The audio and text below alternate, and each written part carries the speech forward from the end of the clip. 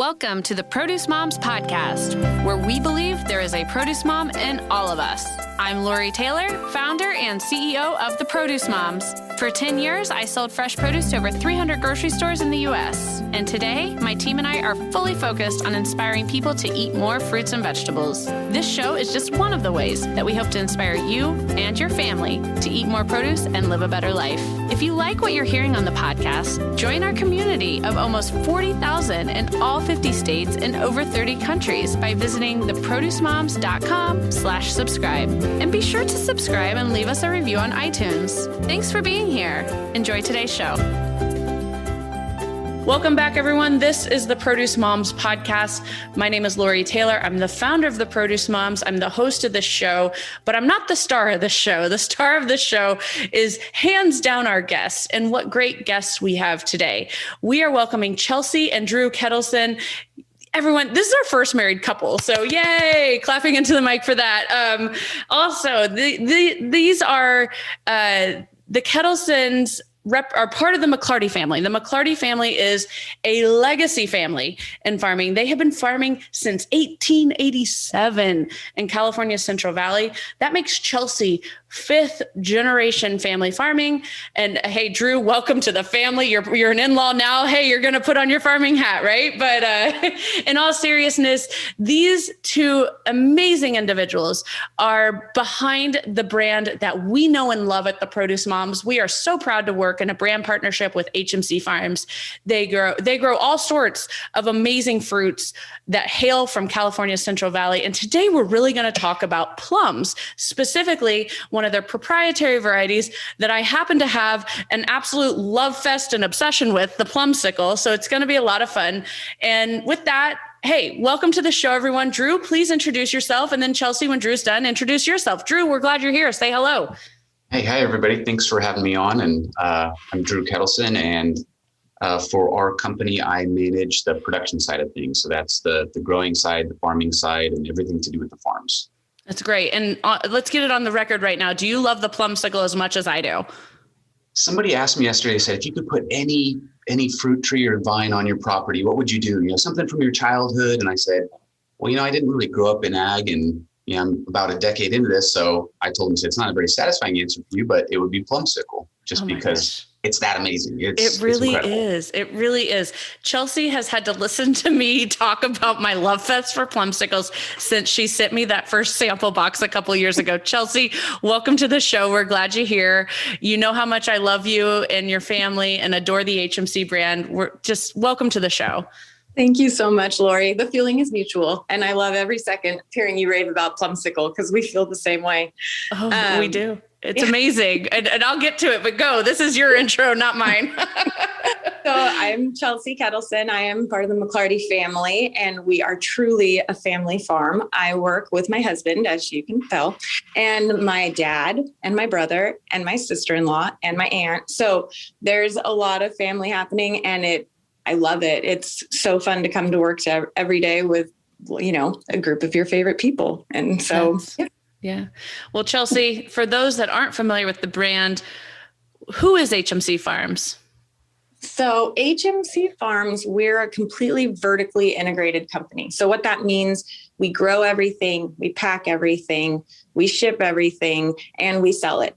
So we're completely involved in the peach, plum, nectarine, white flesh, table grape process from beginning until it reaches you at the store. So, and basically what we were founded on is the idea that, you have to eat the fruit. It's got to taste good. That's our main priority. So we grow fruit. We're proud to put our name on and share with friends and family. And that's kind of what HMC is all about.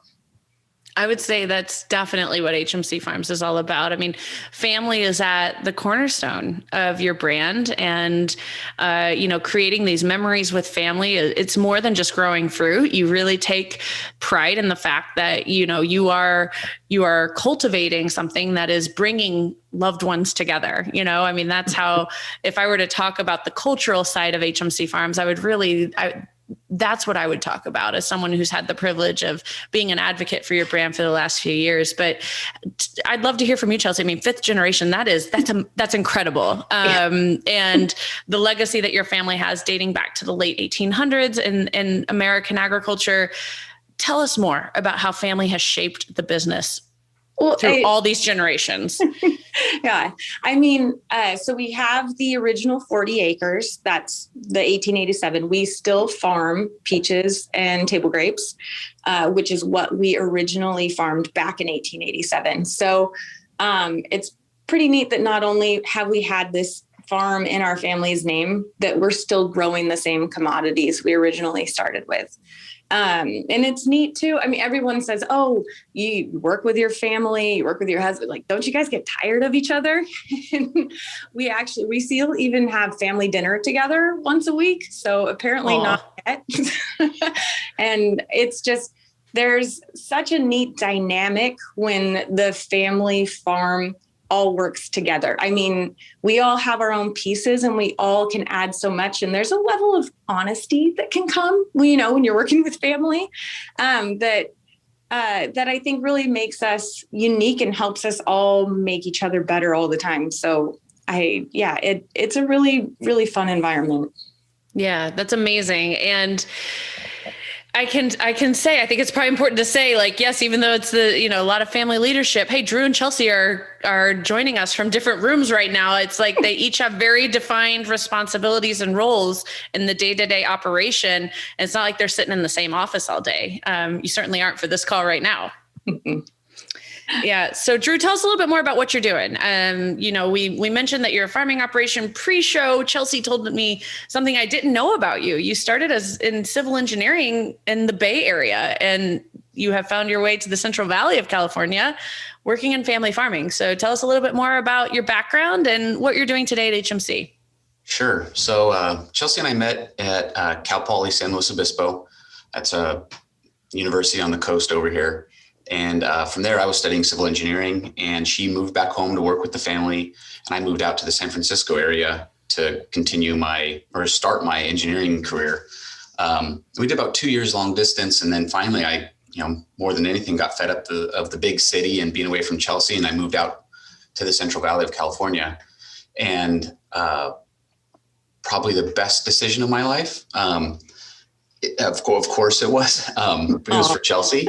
So from there, I was kind of looking for engineering jobs, and I was a little, half-heartedly looking for engineering jobs when Chelsea's brother and her dad said, "Hey, do you want to be a grape farmer?" And I said, "Well, what does that mean?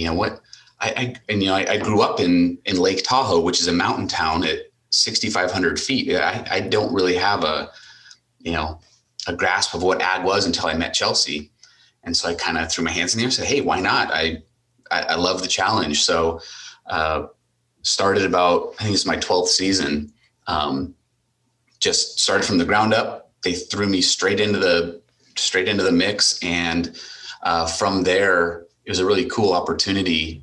We had a partner that was growing all the table grapes, and he had left the business. And so we were left with no table grapes. So it's been fun to be able to contribute, to the whole family and do my part. And I've kind of grown the table grape operation from the ground up. I love that. All the acreage that we have, I've planted every single acre, brought them up, got them going. And I feel like I've done a pretty good job of it. So I'd say you qualify as an in-law now in the McClarty family. Yes. I mean, that's one of the legacy crops, right? I mean, that's what Chelsea was saying earlier. Those original acres included table grapes. Correct. Wow. Correct. Okay. Yeah. So that's no small feat for an in-law to take on, Drew. Right. And so, farming is really hard. It was hard for me to break out of my engineering shell at first, because you think, okay, you're going to map it out and you'll get everything right. And, the biggest thing about farming is Mother Nature. Far too many variables. Yeah. The variables. The engineering brain can't handle that. Yeah. So no, keep going. I keep interjecting. Sorry. Yeah. And so, I was very structured. I was going to make it work. I was going to study it and just make it turn into a pattern that I could repeat. And I think that's kind of what I enjoyed about farming so much, is the challenge of how diverse and how different it is. There's never the same 2 seasons. Things happen for a reason, something that happened 18 months ago, whether that happened 18 hours ago. So it's highly dynamic. It's a big challenge. It's never easy, and it's fun and it's rewarding because you see, I can walk out into every field and you eat what you've worked for, you look at what you worked for, and it's fun to share that product with people and with food. Right. Yeah, no, for sure. It does, the way that it comes together, and it's part of all of our tables, all of our life memories, the magical moments that make life worth living. That's one thing that, it adds to the fun. It adds to the passion. It adds to all of our, connection to the roles that we play in ag. So, okay. Civil engineering and transition to grape farmer. How has farm tech and your background in engineering played a part in the growth of the HMC Farms operation? So I would say, I kind of cut my teeth in the table grapes, and probably about 3 or 4 years, I started really getting highly involved in our, after I kind of finally wrapped my arms around the table grapes and got that going, into our stone fruit operation. Okay. And in our stone fruit, there's been a traditional way of growing the trees, which we call this open vase structure, and that needed to change. The reasons it needed to change was to improve fruit quality, to improve field efficiency, and just to try to maximize our land use. And so, we totally reconfigured the way we have our trees planted, how we're growing them. We're growing them on these trellis systems. The trellis is, a structure that holds the trees into a certain shape, because we have to have them, we went from this big 3D tree to a 2D wall. And the idea of that is, we're getting better sunlight to the bottom of the tree. That's where your best fruit quality comes from. We're eliminating ladders out of the field, which is good for worker safety and just helps reduce worker fatigue and physical load. And so the engineering background really helped me, get technical and decide, what choices we need to make to convert this old system that is highly inefficient to a newer system that'll take us into the 21st century. Yeah. And 21st century, I feel like technology is at the forefront of that when we think about what does agriculture in the 21st century look like. Correct. And so, and it's really hard. It's not as easy. There is so much technology out there today that is so incredibly cool. You go, oh my gosh, they're doing this with a robot and that and this and that. And then you get those same exact people that are sending, modules to Mars. And literally we've had people from NASA, people that are designing Teslas and self-driving cars, and from all the big names across tech. And they're coming in going, man, it's hard to pick a peach. How do you see it, let alone pick it right so you don't damage it? How do you identify a grape cluster that's ready to be picked? So it's a really big challenge, and kind of, what ag tech is doing right now is trying to get through the early steps. The long-term goals are automated harvesting. In the meantime, we're doing things like, mechanical assist in our tree fruit to remove the ladders out of the field and increase people's comfort. It fosters a more comfortable work environment for the harvest crews. Wouldn't you say? Right. And so, in my mind, it's kind of like you got the traditional, you got mechanization, which is kind of, helping the people with not, we call it technology, but it could be just an advanced platform that drives itself. Sure. And then, eventually automation. Mm-hmm. And it's just, it's something that is necessary to keep us in business. Not only just for cost reasons, but just for labor supply. There's fewer and fewer people willing to do this type of work as we go into the future. Yeah, I think that the industry standard, I don't even want to say industry standard, but the common denominator when I speak to, it doesn't matter what sector of farming or what crop within the specialty crop system of agriculture, I ask a farmer, what's your biggest challenge? I feel like 100% of the time, the answer is labor. Correct. And I think people usually associate that with just the cost of labor. Mm-hmm. But it's much more than that. At some point, if the labor is not available, it doesn't matter what it costs because you can't get your crops harvested. That's right. And what happens when our industry does not have the labor to harvest the crops? What's the reality of that? From what does a farmer have to do, Drew? So the reality, if we don't have that, things will go to more mechanized crops. Like there's a lot of nuts being grown. The big driver of that is there's very little labor. In 100 acres, I typically need 100 people, through the season to get that done. In a nut crop, you need one person to get 100 acres done. So the reality is, your fruits and vegetables, if you walk down that aisle, you're not going to have much selection. It'll be things that can be, mass I don't even know what produced. exist. I mean, your berries are gone, your peaches are gone, your table grapes are gone. That's like a produce mom's nightmare right there, Drew. Stop. Correct. And so it's one of those things people go, well, it's just peaches. Like, I don't eat peaches. And it's like, but it's not just that. It's, do you like strawberries? Do you like whatever it may be? Life could get really simple and heavily, carb based on wheat and soy and something else. Yeah, no, you're right. You're right. And Drew, you're heavily involved in the farming operation. We really haven't established what crops or what fruits HMC Farms represents. So could you tell our listeners a little bit more about what you all grow? Sure. So we grow peaches, plums, nectarines, and table grapes. And, I get asked what table grapes means. And that means grapes that you eat fresh, that you buy at the store, that you get at a restaurant. Typically I go, I grow grapes. They go, I love wine. It's like, well, it's not exactly what we do. It's a different process and different grape completely. So, right. Thank you for clarifying that. Well, Chelsea, we gotta bring you on to share your thoughts.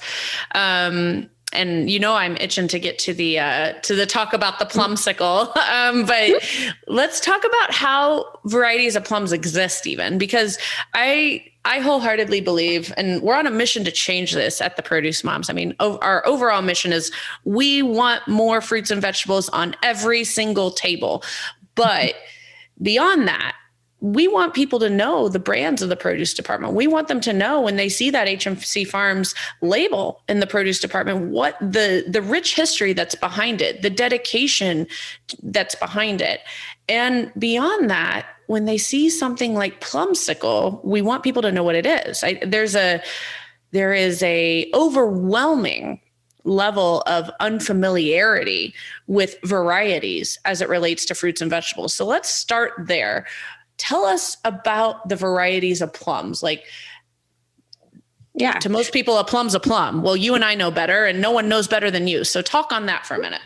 Well, I feel at HMC, we feel that plums themselves are just absolutely so underrated. I think we went through a decade of,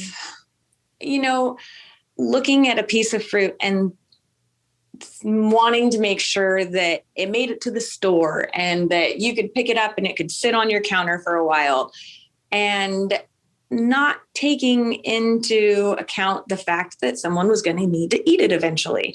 So plums got this awful reputation because if you pick a plum when it's ripe, it is one of the best pieces of fruit you will ever eat. It's absolutely delicious. If you pick it when it's not ripe, it's like a bad dare. I mean, and so what we're trying to do, we have fully invested in plums because we truly believe they have a lot of nutritional benefits and they are such a good piece of fruit. And we want to, share their good name. So we've dedicated an entire pack line that's all we do is plums. So people say, why is that necessary? Well, think about if you were going to buy a bicycle, you would probably want to go to a bike shop, someone who knows every in and out of the bike instead of who's selling everything possible. And so that's, and nothing against selling everything possible, but that's kind of our thought process behind it is we want to be the experts. Yeah. So be the specialist, right? Mm-hmm. And so kind of how it works with varieties is my brother and Drew get a call and they go out to the nurseries and bring back all all the different varieties that are going to be available for planting. And we try them all out here and see how people feel about them. And that's a lot of how we make our decision. Everybody eats it and everybody has their say on how, if it tastes good, if the texture is good, all sorts of different things. And then if we like it, we'll look into timing and if it's, how well it will set, which is once it's been pollinated, how many plums will actually come off of the tree and things like that. But, first and foremost, you got to eat it. So that's kind of, how we develop our variety of plums. And what's interesting too is, you'd say, oh, we go and try a new plum. Nothing is being grown in a lab. I mean, it's all cross-pollination. There's no GMOs in plums or peaches or nectarines or table grapes. I mean, it's all just with stone fruits. It's cross-pollination and you see which attributes come out of the fruits that you cross-pollinated and hope for the best. So, yeah. And do you get to taste all the varieties, Chelsea? How do you guys know? I mean, I imagine that someone has to be on the QA side of things, right? Yeah, my brother is kind of the plum king. That's what we call him. I feel like he needs a t-shirt or a bumper sticker that says that.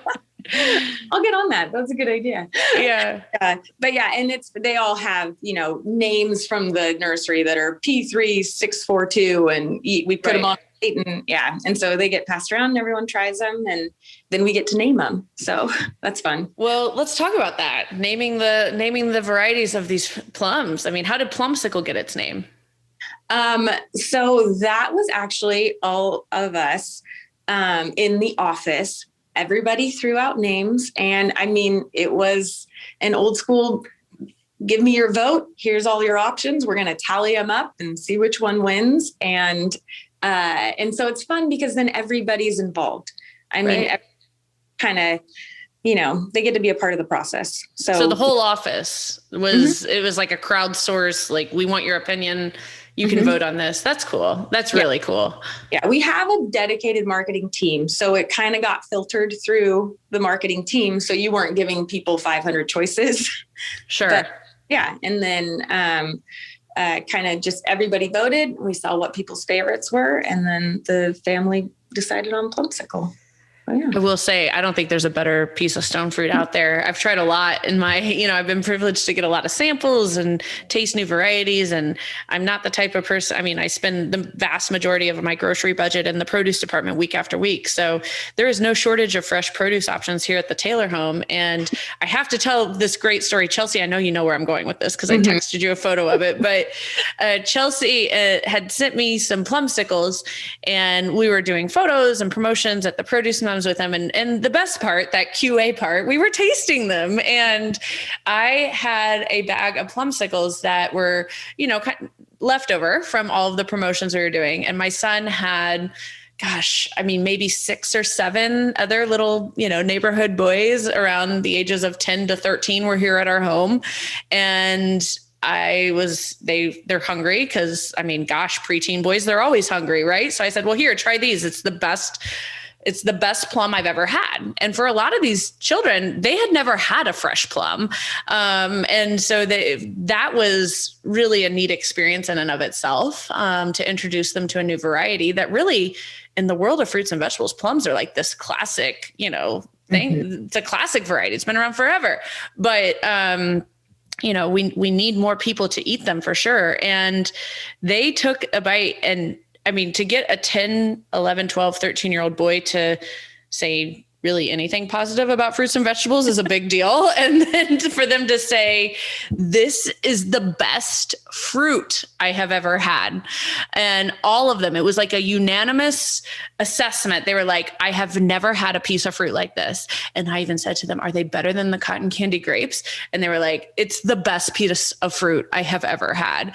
And one of the boys took it even further. He said, it might be the best food item I have ever had. That warmed my heart. heart. And that was when I texted Chelsea. I was like, okay, girl, you are onto something with these plumsicles. And so anyway, it really is a phenomenal eating experience. I love that the whole team at HMC Farms was involved with naming it. But Drew, I mean, you said previously that if you could plant anything in your backyard, you'd plant plumsicles, and I must agree with you. But let's talk a little bit more about that eating experience. I mean, you got a 12-year-old kid saying it's the best food item they've ever consumed, and several of them saying hands down best piece of fruit I've ever had. So tell us a little bit more about what they taste like and what that eating experience is. I would say it's almost got like a fruit punch flavor to it. Mm-hmm. They're nice and crisp. They're extremely juicy. I'd say the color it's a dark purple with green in it. We're almost throwing out, space type names because it was, it's kind of speckled and green and purple and it looks really cool. But to me, it's wonderful. You bite into it and it's got that deep red flesh. And it's one of those things that when it's on the tree and ready, and I basically can't help myself I'll go way out of my way I'll swing by the Plumsicle Ranch real quick and I'll go grab one or two, and I'll eat one or two. And then that really means I'll put like 6 more in my truck, and I got to be careful not to have too many, but it really is fantastic. It's one of the best pieces of fruit I've ever had. I agree with you. Yeah, I agree with you. And it is so sweet. It is, it's so juicy. It's very satisfying. It's exactly what you want, especially in a summertime fruit, but it's so sweet too. I find it like absolutely very satisfying. If I get a sweet tooth craving, you eat a plumsicle and, it gets me to forget about chocolate. Like that's remarkable as well. But, right. Yeah. It's got that unique sweetness. It's got like that fruit punch tang kick to it or whatever it is. I need to get better about my palate descriptions for fruit like they do in wine, I guess. But I mean, it's good. You did a great job. Chelsea, how would you describe it? Yeah. For me, it has so much character. And I know that's not a great descriptor, but a lot of things you bite it, you go, this is good. It tastes sugary, sweet. The plumsicle just has so many more levels to it. I mean, it really almost does taste like a popsicle that's a fruit. Which is what, when someone threw out the name Plumsicle, you kind of went, wow, I think you just hit the nail on the head with that one, because that describes it perfectly. It's just, I can't believe that it's healthy. Yeah, I agree with you. I agree. Well, so where can people, most importantly now, we've all adequately expressed our love for the plumsicle. Where can people go find not only the plumsicle, but other fruits grown by HMC Farms? Yeah, so we sell to grocery stores across the nation. And we are still in the process. Plumsicles won't harvest until late June. So we're actually still in the selling process for a lot of those plumsicles. So we'll know once we get closer to harvest time where they're headed. So you can always go on our website, send us an email, see where you can find or follow us on social media, and we can let you know where you can find our plumsicles.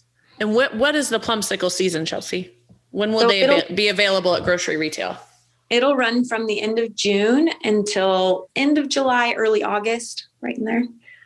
Love it. Mm-hmm. So it's one of those things. I love products like this.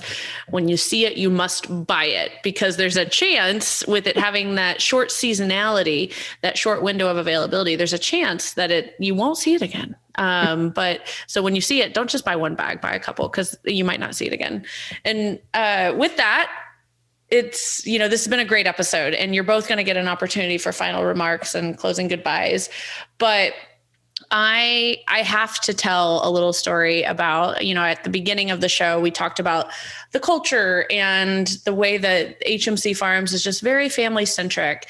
And, I've not really gotten this personal with very many of our guests, but my goodness, this family really is remarkable. They care about other people. They care about their employees. They care about the people that work with them. And my father passed away in 2018. It was without doubt, the hardest year of my life, the most darkest hour of my life was the day that he suddenly passed. And the morning after his death, I was, there was a bunch of HMC Farms product that was delivered to my home because the morning after his death, I was on the morning show, and it was for a Father's Day episode to add a little bit more salt to the wound there. But, and the product that we were going to be promoting was, large in part, we were promoting a lot of HMC Farms branded product. And of course, Chelsea and the entire family was like, you do not have to go on air to promote this. Like, we totally understand.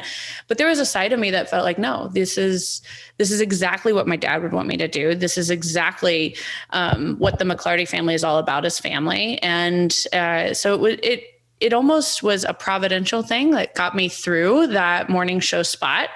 And most importantly, Chelsea has just been a great support for me ever since that moment. We've had this unique connection in agriculture, and Chelsea is a mentor to many women in the industry. I mean, you can find her on the Western Growers page, often talking about what it means to be a female in agriculture. There's not enough of us. But the core of this brand and the core of the leadership at HMC Farms is so good. It's so family centric. They carried me in a way that none of the other brands we work with did during the darkest days of my life when Dad died. And so I bring that up because it deserves to be said. People deserve to know what good people you are, and the fact that you care about others. It's important. And when I think about your brand, today I now smile in a way because it's a connection to my dad in a unique way that none of my other work is, and Chelsea and I talked about how one of my favorite fruits that I always remember eating with my dad were peaches and nectarines. And so gosh, just a really good family that grows amazing fruit, as we've already established. But I do just want to drive home before I give the mic to them to close out this episode, how family centric they really are. And I think that all of the produce moms shopping in the produce department deserve to hear that from me, and know that it's very authentic. When you see that HMC Farms label, it's a brand that stands for family. So with that, Drew, I welcome you for closing remarks, and Chelsea, we'll have you sign us off from the show. But gosh, my gratitude for you all runs extremely deep. Thank you very much for being here with us today. Drew? Well, thank you, Lori, for having us. It's been a real pleasure. And, my closing remarks are, I love it when people get involved and educated with agriculture, because it is so fascinating. And there's so much more to it than people really realize. So it's really a neat culture. It's a fun career, and it's a pleasure to provide people across the world, really. So I always encourage people to continue to educate themselves and learn where their food comes from. Yeah, man, Laura, you're going to make me cry. You're just so and we absolutely love our partnership with the Produce Moms. And I can't think of better people to work with. So thank you for everything you've done for us as well. I mean, this has truly been just such a great experience. And thank you for having us on the show. We really appreciate it. And everything you do for produce. I mean, like you said, encouraging a 13-year-old boy to try a new piece of fruit. I mean, that's what the Produce Moms is all about. And that's exactly what we're hoping our fruits do for everyone across the United States, or everyone in the world, is just, you bite a piece of fruit and go, this is exactly what I want to eat every single day, day after day. Thanks for joining us on this episode of the Produce Moms podcast. If you or someone you know would like to be a featured guest, just send an email to lori@theproducemoms.com. We know there is a produce mom in you because there's a produce mom in all of us. Join our community on Facebook and all social platforms. Help us change the way America eats. Thanks again for listening, and we'll see you next time.